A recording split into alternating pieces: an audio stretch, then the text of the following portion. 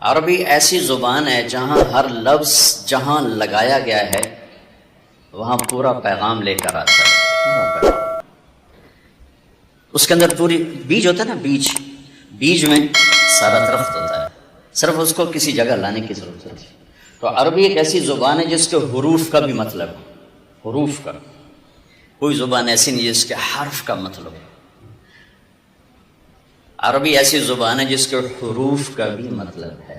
ابن المنظور نے لکھی ہے لسان العرب 17 جلدوں میں، وہ فرماتے ہیں کہ اگر حروف پہ لکھتا تو اتنی جلدیں تیار ہو جاتی، حروف پر، وہ الفاظ پر ہے، حروف پر۔ یہ واحد زبان ہے جس کے حرف کا بھی مطلب ہوتا ہے۔ الف کا مطلب ہے، با کا مطلب ہے، تا کا مطلب ہے، سین کا مطلب ہے۔ پھر اس میں جو نقطے والے حرف ہیں وہ کمزور ہیں، جو بغیر نقطے والے حرف ہیں وہ طاقتور ہیں۔ اس میں کئی وجوہات میں ایک وجہ جو آپ سب سمجھیں گے، نقطے والا حرف اپنا مطلب بتانے کے لیے محتاج ہے، نقطہ لگاؤ، اور بغیر نقطے والا حرف اپنا مطلب بتانے کے لیے کسی چیز کا محتاج نہیں، وہ آزاد ہو کر اپنا مطلب ادا کرتا ہے۔ جب اس مالک نے اپنا نام چنا تو ان حروف سے چنا جس میں نقطہ نہ آئے، اللہ۔ جب اپنے حبیب کا نام چنا تو ان حروف سے چنا جس میں نقطہ نہ آئے، محمد، احمد۔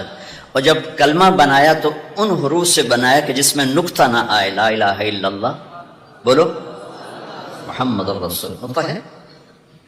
ہمارے علمی حلقے، دنیاوی حلقے سب اللہ کی بجائے خدا بولتے ہیں۔ یہ میرا ایک معصوم سا گلہ ہے، میں کوئی مفتی تو بڑے بڑے بیٹھے ہیں، کوئی فتویٰ نہ ٹھوکے اجے، تو مطلب خدا کہنا کوئی منع نہیں، سارے اکابر، سارے علماء استعمال کرتے چلے آئے ہیں، لیکن یہ جڑتا نہیں اللہ کے ساتھ، اللہ ہی جڑتا ہے۔ چونکہ اس نے خود کہا میرا نام اللہ ہے، اس نے کہا میرا نام خدا ہے۔ خدا ایک ترجمہ ہے، خدا ترجمہ ہے، نام نہیں ہے، ترجمہ ہے۔ اور ناموں کا ترجمہ نہیں ہوتا، نام کو نام سے پکارا جاتا ہے۔ میں یوں کہوں زاہد صاحب کو، مولانا دنیا سے بے رغبت صاحب کیا حال ہے؟ مولانا خوشبودار صاحب کیا حال ہے؟ یہ میرا جملہ معقول ہے؟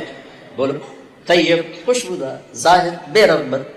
تو کبھی سنا کسی نے آ کر ان سے کہا مفتی بے رغبت صاحب، مفتی خوشبودار صاحب؟ ہیں؟ اور یہ ایک واقعہ ہے، سیال قوم ہے راجپوتوں کی، ان کی آگے ایک شاخ ہے ڈنگے سیال، جنگ میں اچھے بڑے ذمہ دار ہیں، تو ہمارے ان سے قدیم تعلق ہیں۔ تو جہانگیر ڈنگا اب تو فوت ہو گیا مرحوم، بڑا گھوڑوں کا شوقین تھا بڑا، تو اس نے فون کیا اپنے ایک دوست کو، جنگ شہر، وہ گاؤں میں رہتے، آگے اس کی بیٹی نے اٹھایا، چھوٹی بیٹی، اس نے کہا آپ کے ابو کہاں ہیں؟ کہا وہ تو نہیں ہیں۔ کہا اچھا ان سے کہنا کہ جہاں